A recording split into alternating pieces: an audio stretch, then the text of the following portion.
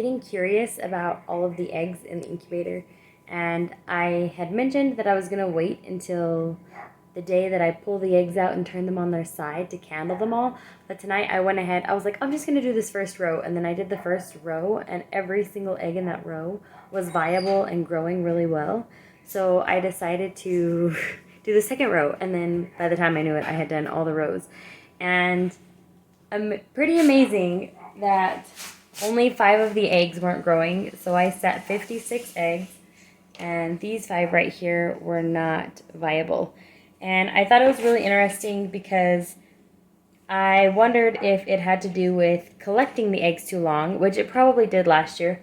But this year I wrote on there before 425, and I only had 1 egg that wasn't viable before 425. So what that means is I saved my eggs for exactly 7 days. And these eggs that were before 425, they were probably 8 or 9 days old. I had them in a basket on the counter, and I just grabbed the cleanest ones out and went ahead and tried them too to get my number of 56 eggs within the 7 days. So anyway, this one was sometime before 425, and it did not grow properly. The next one that didn't grow, like the next date, was 420. I had one from 426. One from 428, one from 5-1, and 5-2. And I don't really know the reason why these didn't grow.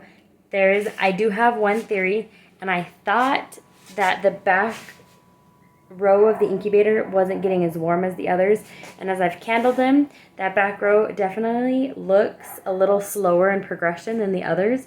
So I'm curious to see if those eggs hatch. I'm going to put a special mark on the eggshell to see if they will hatch, and I'm going to show you what I'm talking about right now. I was curious to see if these eggs on this back row right here would be growing. Now this corner over here seems to be generally cooler, so when I touch these eggs in the corner, they feel cooler to the touch than these eggs over here. And I'm not exactly sure where the heater is situated in this incubator, but I am pretty sure that this is too drafty right here, even with the towels on top.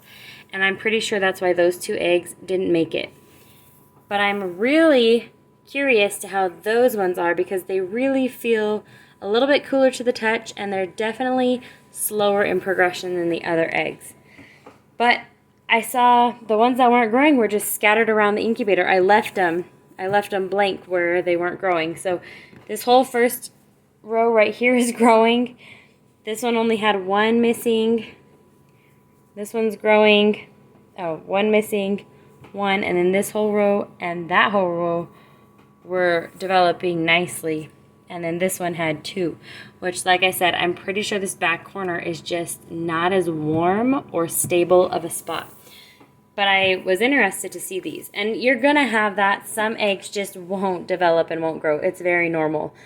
I can't believe I have this many developing this far on day 15. I'm pretty amazed, because I think the main thing is that this temperature is just completely off. You just cannot trust these temperatures. I'm going by the temperature that I have a meat thermometer inside of the incubator. And that's what I was telling you. This one is looking like it's running a little too hot. See how it says 101?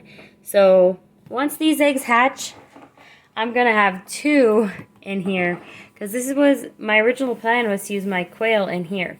And I'm still going to do that, because I do think this is a better, higher quality of incubator than this one.